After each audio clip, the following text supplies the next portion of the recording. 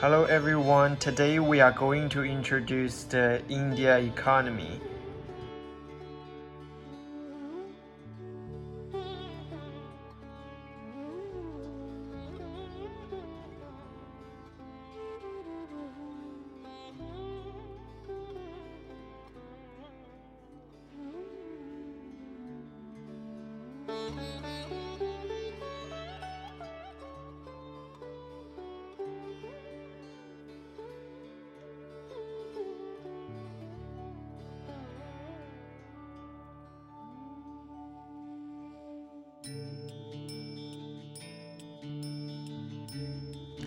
The rapid development of the India economy can be seen in the video. With the development of the India economy, the people's living standards have improved significantly. To really get into how the Indian economy has become what it is now, we have to dive a little into its history, going as far back as the 1700s. So India was actually an economic power up until the 1750s, as it accounted for 25% of the world's industrial output.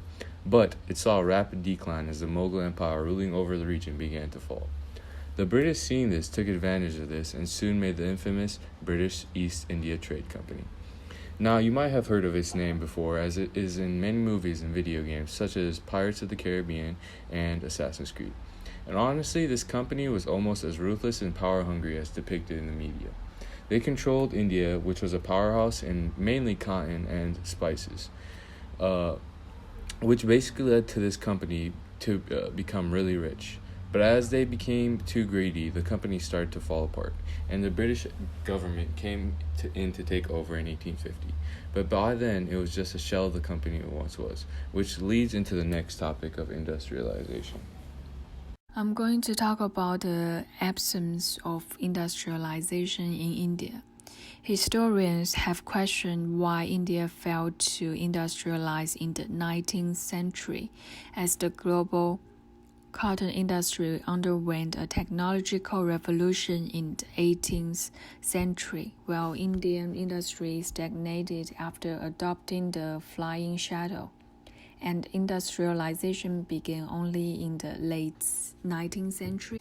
Several historians have suggested that this was because India was still a largely agricultural nation with low commodity money wage levels, arguing that nominal wages were high in breeding, so cotton producers had the incentive to invent and purchase expensive new labor-saving technologies, and that wages level were low in India.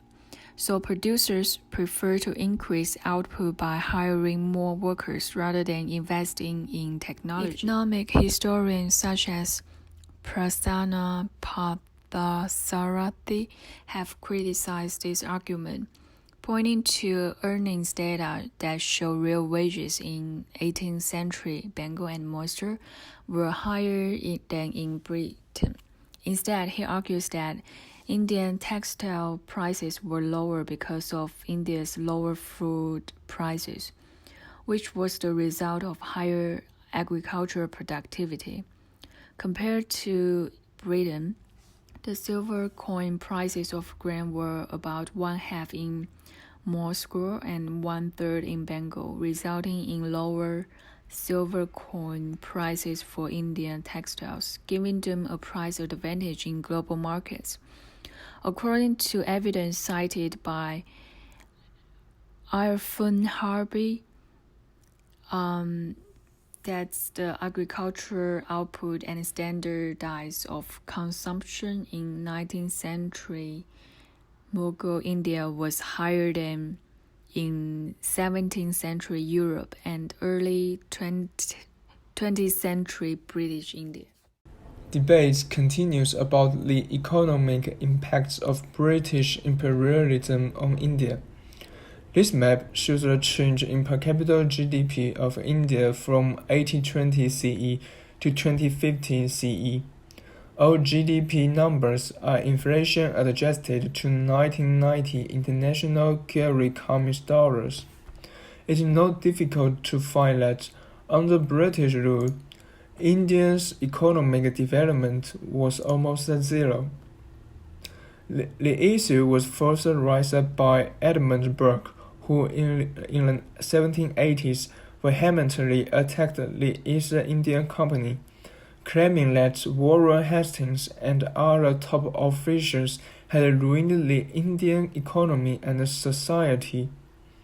Indian historian Rajat Canterbury continued this line of reasoning, saying that British rule in the 18th century took the form of plunder and was a catastrophe for the traditional economy.